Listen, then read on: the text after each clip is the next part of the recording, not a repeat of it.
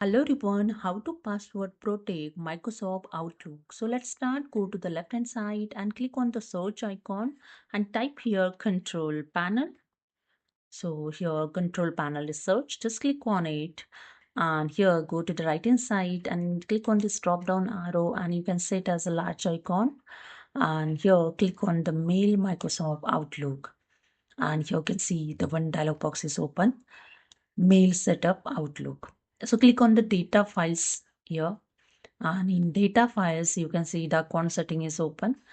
In second tab data files you can see the some files showing the .pst and other one is .ost. Okay, so select your .pst file. So I select here my Outlook data file. Okay, and make sure this file is set as a default. If not set as a default, then select the file and click on the set as a default the first day. Okay, after the set as a default your file, click on the settings option and here click on the change password and set here the new password. So I set here the new password, verify the same password and click on OK and click on OK. Close this all dialog box and double click on your Outlook and here just enter the password and click on OK and that's it. And if you want to remove password, go to the desktop, open your control panel.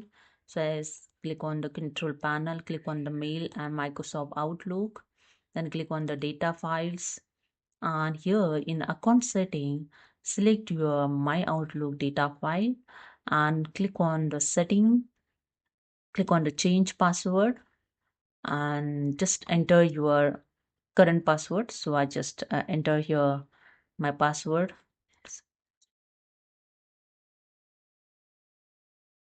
and just leave blank new password and verify password and click on OK and then click on OK.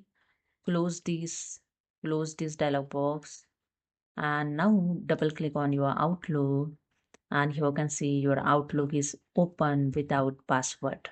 So password is removed. Hope you understood. Subscribe the channel. Thank you.